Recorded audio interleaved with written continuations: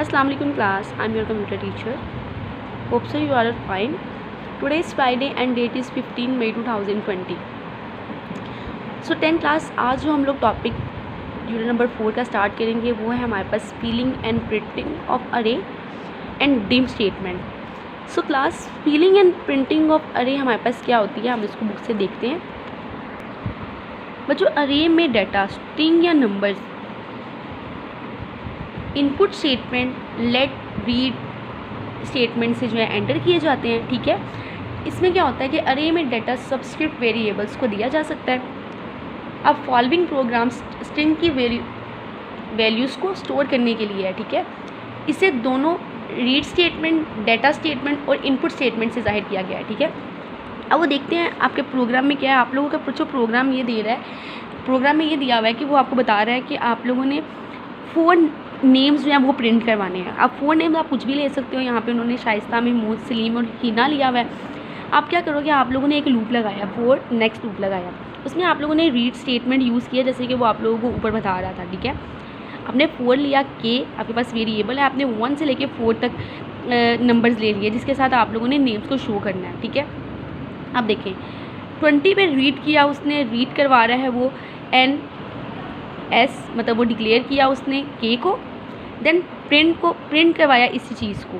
अब के उसने नेक्स्ट लिख के इसको ख़त्म कर दिया. अब वो डाटा ले रहा है, डाटा स्टेटमेंट से वो डाटा ले रहा है, रीड से वो रीड कर रहा था. ठीक है, अब देखिए उसने डाटा क्या लिया, शाइस्ता में मुस्लिम और हिना.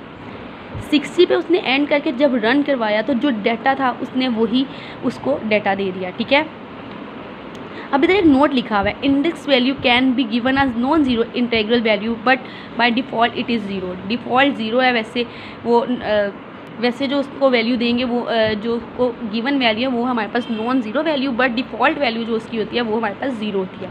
अब वो क्या कह रहा है, when this program is run, जब ये प्रोग्राम रन करेगा तो सबस्क्रिप्ट वेरिएबल खुद ब खुद 4 एलिमेंट्स जो अरे में है उसको जाहिर करेगा. ठीक है, मतलब शो करेगा. पहली मरतबा लूप के ज़रिए के इज़ इक्वल टू 1 स्ट्रिंग आपके पास क्या थी, शाइस्ता है, उसको दी जाएगी. और इसी तरह बाकी भी, मतलब के इज़ इक्वल टू 1 हमारे पास शाइस्ता थी, के इज़ इक्वल टू 2 हमारे पास महमूद था, के इज़ इक्वल टू 3 हमारे पास सलीम था, के इज़ इक्वल टू 4 हीना था. ठीक है, अब हमारे पास यही वाला प्रोग्राम उसने एक दूसरे तरीके से आप लोगों को शो करवाया है. इस दूसरे प्रोग्राम में वो क्या कह रहा है, उसने 2 दफ़ा नेक्स्ट 4 लूप को लगाया, 4 नेक्स्ट लूप को. एक दफ़ा वो एंटर कर रहा है नेम्स को, एक दफ़ा वो क्या कर रहा है जिस तरह उसने पिछला करवाया था उसी तरह कर रहा है, लेकिन इसके अंदर वो डाटा नहीं ले रहा. डाटा वो जाके इसके अंदर लेगा आगे जब वो एंटर करवाएगा स्टूडेंट्स के नेम को. सो क्लास जैसे आप लोग देख सकते हैं, जैसे उसने जब रन करेगा उस तरह के प्रोग्राम में रन करेगा, आप कहेगा एंटर करो नेम स्टूडेंट का, आप शाइस्ता लिख दोगे. देन वो कहेगा नेम एंटर करोगे, आप महमूद लिख दोगे. देन थर्ड में आप लोग सलीम, फोर्थ में आप लोग हिना लिख के, तो आप लोग जब इसको करोगे तो आप लोग देख सकोगे कि आपके सारे के सारे नेम्स जो हैं वो शो हो जाएंगे, क्योंकि 2 दफ़ा लूप लग रहा है, उसमें 1 दफ़ा लग रहा था और उसकी रिक्वायरमेंट कुछ और थी.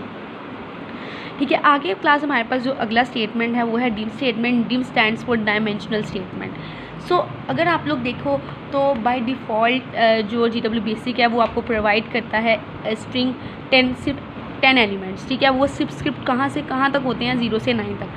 अगर इसको हम लोग सही तरह देखें तो इसका क्या मतलब हुआ कि मौजूदा स्ट्रिंग के मुताबिक GW बेसिक में अरे में 10 एलिमेंट्स होते हैं जिनकी सबस्क्रिप्ट जो होती है वो 0 से लेकर 9 तक होते हैं. हमें क्या होता है, हमें 10 से ज़्यादा सबस्क्रिप्ट देने के लिए डिम स्टेटमेंट जो है यूज़ करनी पड़ती है. अगर हम लोगों ने 10 से ज़्यादा सबस्क्रिप्ट देने हैं तो हम लोग किस स्टेटमेंट को यूज़ करेंगे, वो हम लोग यूज़ करेंगे डिम स्टेटमेंट को. अच्छा, स्पेसिफाइड किए गए सबसे बड़े सबस्क्रिप्ट से भी बड़ा सबस्क्रिप्ट इस्तेमाल किया जाए तो एक सबस्क्रिप्ट आउट ऑफ रेंज का एरर जो है हमारे पास आ जाता है, अकर हो जाता है. ठीक है, अब जो maximum number of dimensional array के लिए होती हैं वो हमारे पास सिर्फ बच्चों 255 होती हैं, इससे ज़्यादा वो बढ़ नहीं सकती. ठीक है, आगे उन्होंने इसका तो सिंटेक्स नहीं था, आप लोग पिछले जितने देखते आ रहे हैं. डिम स्टेटमेंट का अपना एक एसच अपना भी सिंटेक्स है. सिंटेक्स इसका क्या है, line number, dim subscript variable 1, कि dim low, dim stands for dimensional, आप लोग पहली वेरिएबल लो, सबस्क्रिप्ट वेरिएबल 2 मतलब दूसरा वेरिएबल लो. अच्छा, अब यहाँ पे भी लिखा हुआ था keyword dim is short and form of the word dimension, के शॉर्ट फॉर्म है उसकी डायमेंशन की. There is not dim statement in above program. अभी तक आप आप लोग जो प्रोग्राम आप लोग पढ़ चुके हैं उसके अंदर आप लोगों ने डिम स्टेटमेंट नहीं थी, आप लोगों ने नहीं देखा, क्योंकि ये प्रोग्राम 11 से कम जो वैल्यूज़ हैं उनको हैंडल करते हैं, ठीक है। अब क्या हो गया, dim is use to, dim को मेमोरी वेरिएबल्स बनाने के लिए यूज़ किया जाता है। ये अरे वेरिएबल्स स्क्रिप्ट के लिए ज़्यादा से ज़्यादा वैल्यूज़ को स्पेसिफाइड करता है और इसी तरह डाटा स्टोर करने के लिए जगह जो है वो आप लोगों को एलोकेट करता है, ठीक है।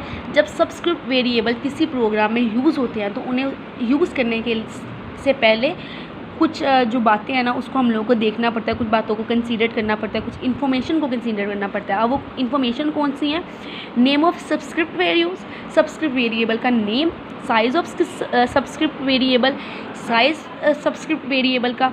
We can define more than one array variable in one dim statement.